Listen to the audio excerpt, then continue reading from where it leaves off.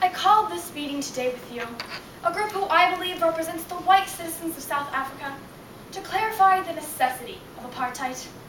As most of you know, apartheid means apartness in Afrikaans. It was issued in 1948 by Dr. Daniel F. Malan, the former Prime Minister of South Africa, and the National Party, a group of whites who were elected to make political decisions.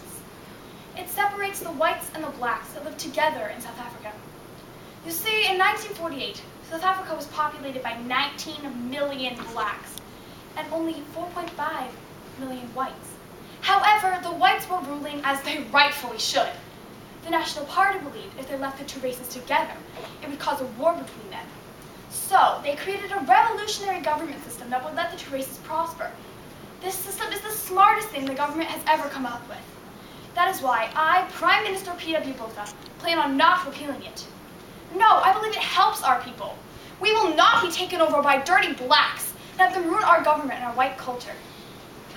As I stated in my speech in 1985, we are simply an honest people who have come out loud with a clear philosophy of how we want to live our own white life. The fact that blacks look like human beings and act like human beings do not necessarily make them sensible human beings. Hedgehogs are not porcupines and lizards are not crocodiles simply because they look alike. If God wanted us to be equal to the blacks, He would have created us all a uniform color and intellect. But He created us differently. The whites, blacks, yellows, rulers, and the ruled. Intellectually, we are superior to the blacks. That has been proven beyond any reasonable doubt over the years. Let us all accept that the black man is a symbol of poverty, mental inferiority, and laziness. Does any one of you really believe that the blacks can rule this country? I certainly don't.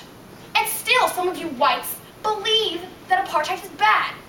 Well, all I have to say is that we enforce it because the alternative is too ghastly to contemplate. The 25 laws that have been passed during apartheid have effectively kept the blacks from ruining our country. This apartheid revolution is unquestionably a good one, and every white South African citizen should agree with me. Thank you for the meeting. It is now adjourned.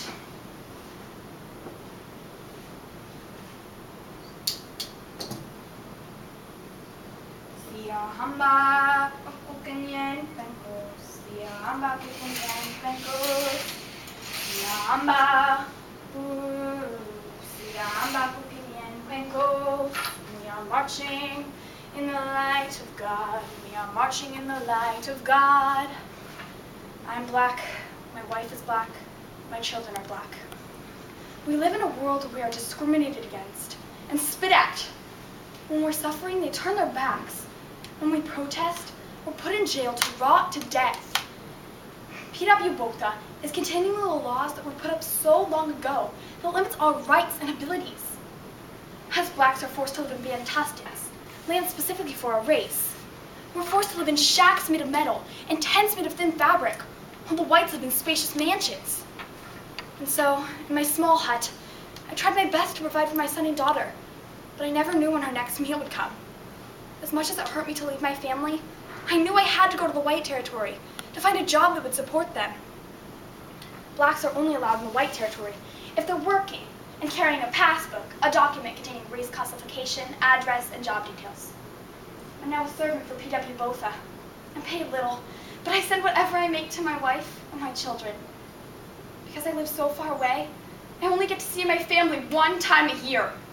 Apartheid not only took away my rights, but it took away my ability to be there for my kids, to be a loving father that's there for them.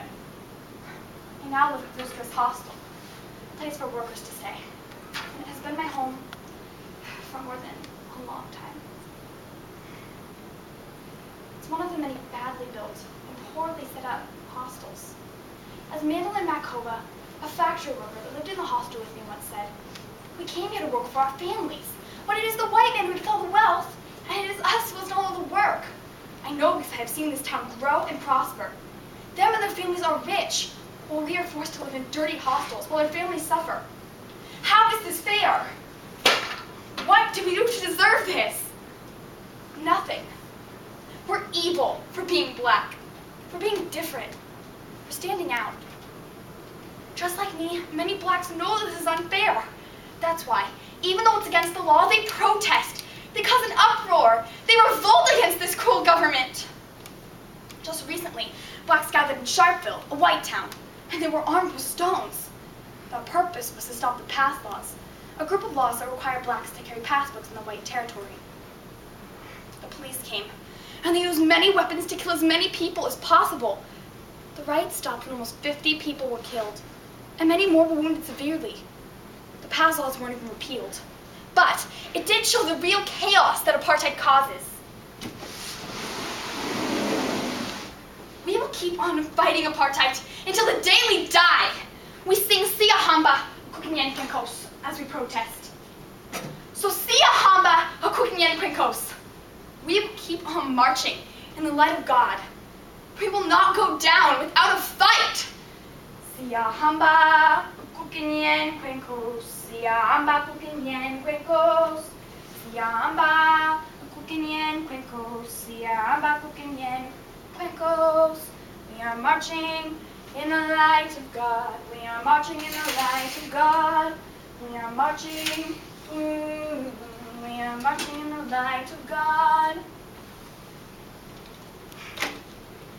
Your Highnesses, Majesties, comrades, friends, and my loyal South Africans, I, Nelson Mandela, welcome you to the beginning of a new world. I stand here today to tell you that apartheid has been reformed. The monster, the disaster that cost so many lives and so many loved ones is gone. I was sent to prison for 27 years because I knew we deserved rights. Prison was rough, and since I was black, I had the worst of all. But, as I once said, more powerful than my fear of the dreadful conditions I may be subjected to is my hatred for the conditions the free blacks out and around South Africa were being subjected to. Although apartheid was a burden, a disaster, a monster, terrible system that resulted in several notorious massacres and governments that lied and deceived on a massive scale, it had an impact on not just South Africa, but the rest of the world. It showed people what happens when you disregard human rights. It is shaping the government in South Africa, and it will continue changing the way we South Africans live forever. South Africa is now reformed into a democracy. I am the first black president of South Africa. And so, in conclusion, I wish to quote my words that I spoke in my inauguration speech earlier this year. They are as true today as they were then. We must therefore act together as a united nation for national reconciliation, for the birth of a new world. Let there be justice for all. Let there be peace for all. Let there be bread, water, and salt for all. We enter into a covenant in which all South Africans, both black and white, will be able to walk tall without any fear in their hearts, assured of their inalienable right to human dignity. So God bless Africa. Thank you.